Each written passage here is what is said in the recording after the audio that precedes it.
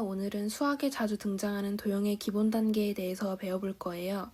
많은 도형 중에 오늘 배워볼 도형은 사각형입니다. 오늘 수업의 흐름을 잠시 살펴보자면 첫 번째로 사각형이 뭔지 알아야겠죠. 사각형이 어떤 도형인지 간단하게 알고, 두 번째로 사각형에는 다양한 모양의 사각형이 있는데 어떤 종류의 사각형이 있는지 알아볼 거예요. 세 번째로는 아까 배운 다양한 종류의 사각형의 특징들을 살펴보고, 마지막으로는 사각형의 넓이를 직접 구해볼 겁니다. 우리 주변 물건들을 살펴보면 아침에 아빠가 읽는 신문지도 사각형이고, 우리가 학교에서 매일 보는 교과서도 사각형, 칠판과 책상도 사각형인 걸 알 수 있어요. 그러니까 너무 어렵게 생각하지 말고 우리 주변에 있는 사각형 모양의 물건들을 생각하면서 쉽게 수업을 들어보도록 합시다. 먼저 사각형은 4개의 선분과 4개의 꼭지점으로 이루어진 다각형을 말해요. 여기서 선분과 꼭지점, 그리고 다각형이 무슨 뜻인지 모르는 친구들을 위해 잠시 설명하자면,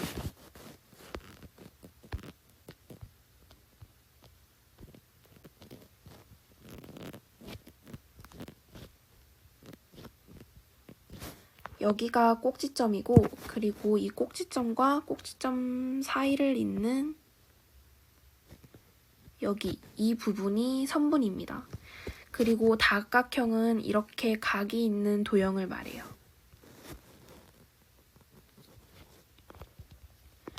다음으로 사각형의 종류에는 직사각형, 정사각형, 마름모, 평행사변형, 사다리꼴이 있어요. 생긴 것과 이름만 서로 다를 뿐이지 모두 사각형이라고 부릅니다. 그럼 이 사각형들의 특징에 대해 알아볼 건데, 일단 정사각형은 네 각이 모두 직각이며 네 변의 길이가 모두 같은 사각형이에요.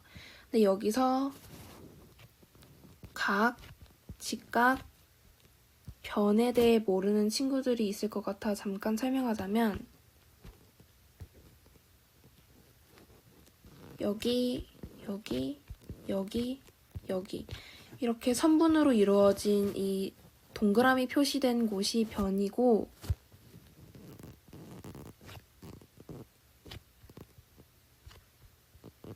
여기가 각이라고 합니다. 그리고 직각은 90도를 의미해요. 다음으로 직사각형은 네 각이 모두 직각인 사각형을 말합니다. 직각은 아까 앞에서 말했듯이 90도를 의미합니다.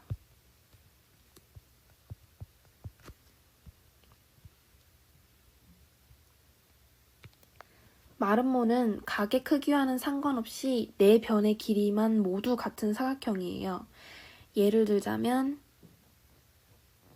여기가 5cm라고 했을 때 모든 네 변의 길이가 같으니까 여기도 5cm, 여기도 5cm, 여기도 5cm인 사각형을 말합니다. 평행사변형은 두 쌍의 대변이 서로 평행인 사각형인데, 여기서 대변과 평행이 뭔지 모를 수 있으니까 설명하자면, 대변은 서로 반대편에 있는 변을 대변이라고 해요. 그러니까 예를 들어서 여기의 대변은 여기고 이곳의 대변은 여기가 됩니다. 그리고 평행은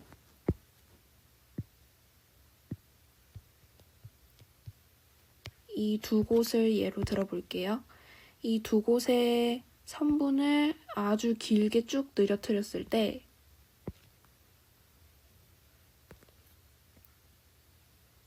절대 둘이 만나지 않았을 때를 평행이라고 합니다.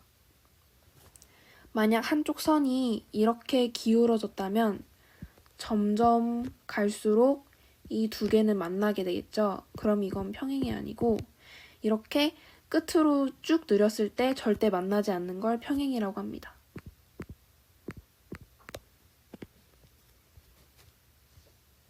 마지막으로 사다리꼴은 마주보는 한 쌍의 대변이 서로 평행한 사각형이에요. 아까 말했듯이 대변은 여기를 기준으로 잡는다면 여기가 대변이고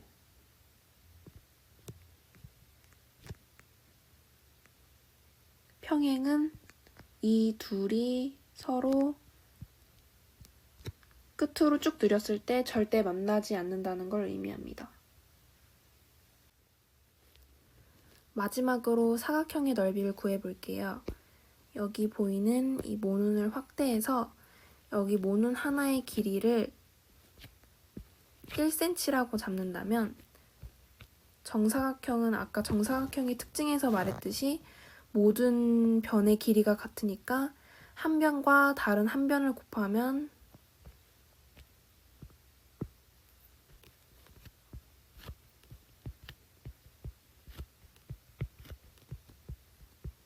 (100이) 됩니다.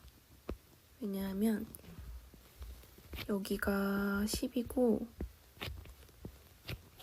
여기가 10이니까 곱하면 100이 돼요. 여기 이 모눈을 다 하나하나 세어보면은 100이 나옵니다. 그러므로 정사각형의 넓이를 구하는 공식은 한 변 곱하기 한 변이 됩니다. 다음으로 직사각형의 넓이를 구해볼게요. 아까 봤듯이 정사각형처럼 한 변과 한 변을 곱해주면 되는데 서로 같은 길이의 변을 곱하지 말고 여기와 만약에 여기를 곱하면 안 되고 만약에 여기를 처음에 놓았다면 다른 곱하는 변은 여기가 돼야 합니다.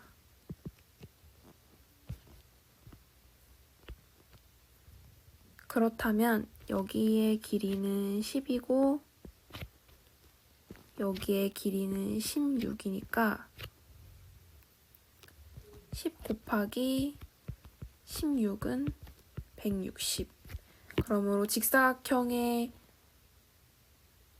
넓이는 160 제곱센티미터가 됩니다. 아까처럼 모눈을 하나하나 다 세어본다면 이거는 160이 맞으니까 직사각형의 넓이 구하는 공식은 한 변 곱하기 다른 한 변이 됩니다. 다음은 마름모의 넓이를 구해볼 거예요. 일단 마름모가 너무 어렵게 생겼으니까 이렇게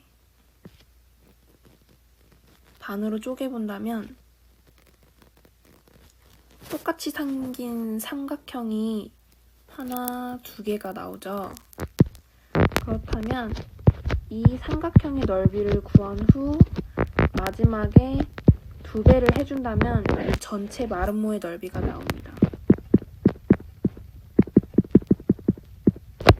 그러면 이 삼각형을 구해볼게요. 일단 삼각형의 넓이 구하는 공식은 밑변 곱하기 높이 나누기 2인데 여기 밑변이 먼저 16이 되고 높이는 모눈을 세어보면 5가 나옵니다. 그러면 이 하나의 삼각형의 넓이는 16 곱하기 5 나누기 2이니까 40이 돼요. 왜냐면 이 두 개는 80이고 나누기 2를 하면 40이 되니까.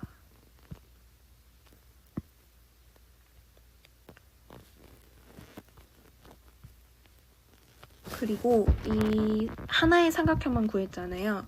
그러니까 마름모의 총 넓이는 삼각형 2개니까 40에 2배를 해주면 80이므로 마름모의 넓이는 총 80입니다. 따라서 마름모의 넓이 공식은 여기 이렇게 쉽게 해보자면 한 대각선 곱하기 다른 대각선 나누기 2라고 할 수 있습니다. 다음은 평행사변형의 넓이를 구해볼게요. 평행사변형은 딱 보기에도 삐뚤어서 어려워 보이니까 여기 일부분을 잘라서 여기에 붙여볼게요. 그러면 여기 부분은 사라지고 여기에 붙으면 아까 봤던 직사각형의 모양이 나오죠. 직사각형의 넓이는 구하기 쉬우니까 계산해보자면 11 곱하기